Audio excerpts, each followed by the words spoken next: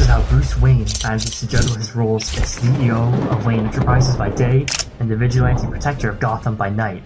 The secret lies in his remarkable ability to maximize productivity with minimal sleep. Today, we'll explore how Bruce Wayne leverages his strategic sleep system known as polyphasic sleep. Polyphasic sleep is the practice of sleeping in multiple smaller blocks throughout the day, rather than one continuous stretch. This method has historical roots, such as the siesta in Spain and the segmented sleep common before artificial lighting. The benefits of polyphasic sleep are substantial. It can reduce the total sleep time required, eliminate chronic tiredness, alleviate insomnia, help workers manage demanding schedules, and improve overall sleep quality and quality of life.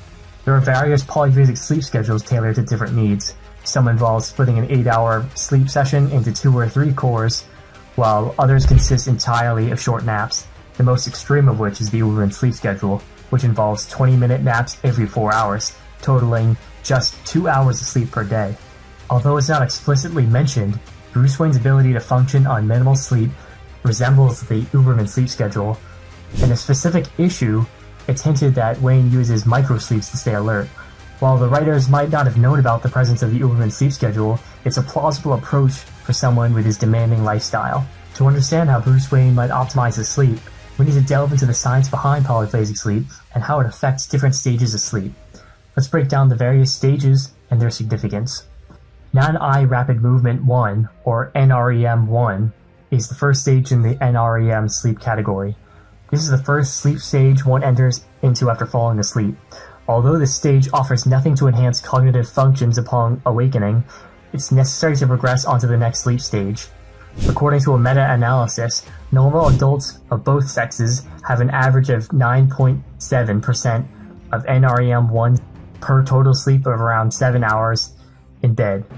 Occurring at the junction between both wakefulness and sleep, people are still often well aware of their surroundings, even with their eyes closed. NREM1 is ideally a heavily reduced stage during polyphasic sleep due to its non-vital nature. NREM2 is the second sleep stage, accounting for about half of the total sleep duration of monophasic sleep. Despite this, it's still considered a light sleep stage, and awaking during this stage results in minimal grogginess, making it the most ideal sleep stage to wake from. It marks the beginning of the transition from slow wave sleep, or SWS, to rapid eye movement sleep, or REM sleep, in which humans begin to lose consciousness of their surrounding environment. In polyphasic sleep, NREM2 is the most affected phase, not only because it's long duration during monophasic sleep, but the fact that it doesn't have any sleep pressure. In other words, the body will not attempt to make up for lost NREM2 at all. However, like NREM1, this stage cannot be fully eliminated because of its transitionary role. Phase 3, also known as slow wave sleep or deep sleep, is the final stage before the body enters REM sleep. This stage is the hardest to wake from, increasing the chance to completely miss an alarm altogether. Slow wave sleep is the most important stage for humans, consisting of endocrine and cardiovascular activities, secretion of growth hormone, immune functions, and glial cell recovery, which is an important part of the nervous system. In addition, repairing and healing muscles, formation of declarative memories, which is the recollection of factual information, previous experiences and concepts, and finally, brain waste removal. It's recommended that people average 90 minutes of slow wave sleep a night, representing approximately 20 to 25% of a normal 7 to 8 hour period of monophasic sleep. However, highly active individuals and teenagers may require up to 120 minutes for optimal performance. It's interesting to note that short sleepers, those who often have shorter monophasic durations than average, without any psychological issues, have basically the same amount of SWS as normal and long sleepers. However, their REM and light sleep duration is less than those of normal sleepers. The fourth and final stage of the sleep cycle is rapid eye movement sleep. Restorative functions of this stage include memory consolidation and learning, brain development, sensory motor development, and mood regulation. It's recommended to average 90 minutes of REM sleep daily for optimal performance, which translates to about 20% of total sleep. It's important to note that for polyphasic sleepers, REM sleep creates the distinction between normal, long, and short sleepers. Specifically, short sleepers can get away with less REM sleep with still optimal performance. These 4 stages make up one sleep cycle, of which the average person undergoes 5 within an 8-hour period. Each cycle typically lasts between 80 to 120 minutes. For a monophasic sleeper, the night would likely look like this, with the first 25 to 27 minutes spent in light sleep before slipping into a slow wave sleep. Under SWS deprivation, SWS onset will be a bit faster than normal. Thus, when severely SWS deprived, it is possible to reach SWS in a mere minute after sleep onset. Each day has roughly the same amount of each sleep stage. Taking an 8-hour monophasic schedule as a baseline would be as follows. NREM 1 and NREM 2 is 50 to 60%, which equates to 4 to 5 hours. SWS, which is 20 to 25%, which equates to 90 to 120 minutes, and REM, which is 20 to 25%, which equates to another 90 to 120 minutes. Depending on external circumstances, it is possible that REM and SWS requirements could be higher or lower each day. For example, doing heavy sports would increase SWS need due to muscle healing and tissue repair. The baseline requirements also vary between persons. Under polyphasic sleep, a regular sleep cycle becomes a lot different. This depends on the circadian timing and placement and the current level of homeostatic pressure before each sleep session. Apparently, this includes both naps and cores. Contrary to the expectation that naps look like miniatures of nocturnal sleep, there has been evidence for differences in nap architecture. In fact, results have been consistent under different studies. REM naps show a very pronounced pattern of occurrence. Early daytime naps are found to consistently contain REM sleep if their placement is from 8 a.m. to midday. During this time, REM sleep latency is very short, which means it is quick to approach REM sleep from sleep onset. For example, under the standard Everyman 3.5 sleep schedule, the individual takes a 3-hour and 30-minute core from 9 p.m. to 12:30, with 3 20-minute naps, each starting at 4:10, 8:10, and 2:40 respectively. The individual who provided the data on the right moved their first nap to begin at 5:40 a.m. Despite this inconsistency, this REM nap in E3, which has a 3.5-hour core, still contains mostly REM sleep at 6 a.m., around the start of REM peak hours. Because of the Everyman sleep architecture, the individual is able to sleep almost directly into meaningful and restorative sleep, minimizing time wasted in NREM 1 and 2. Late naps.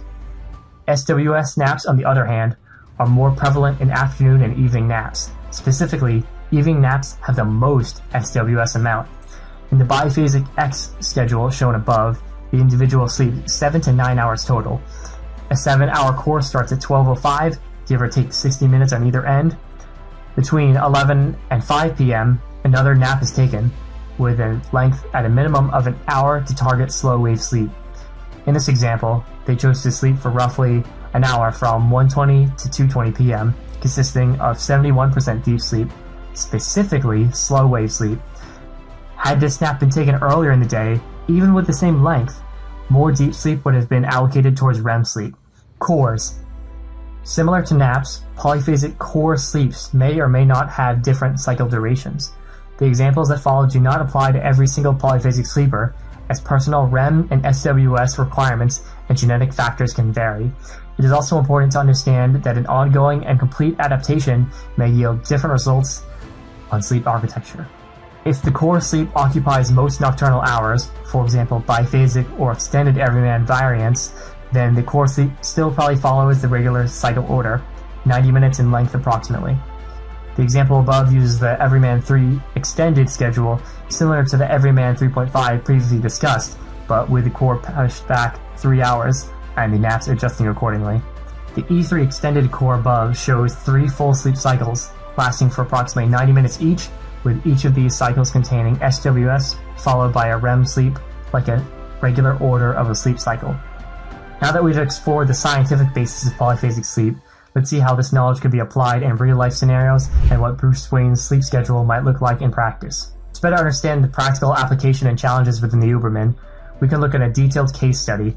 In a post from everything2.com, the person who popularized the schedule and named it the Uberman, Pure described her experiences adopting to the schedule back in 1998 when she was a sophomore in college. According to Pure the first 2 days are largely hopeless in terms of actually getting any sort of beneficial sleep, stating, "You will drop off and then want to kill yourself when the alarm goes off 20 minutes later. Stick with it. By day 10, she seemed to be getting the hang of it, and by day 12, reached the pinnacle of adjustment and remained that way for the next 6 months. Apparently, after 3 weeks, she no longer needed an alarm to wake up, and at 2 months, described getting tired at the exact times scheduled for 20-minute naps. With 22 hours of time now available to her every day, her productivity shot through the roof, completing a list of over 100 tasks in the first 6 days on the schedule. This kind of time manipulation is perfect for enterprising individuals, such as Bruce Wayne, enabling them to work on their crafts long enough to fill 2 lifetimes. However, the Uberman is not without its ill effects.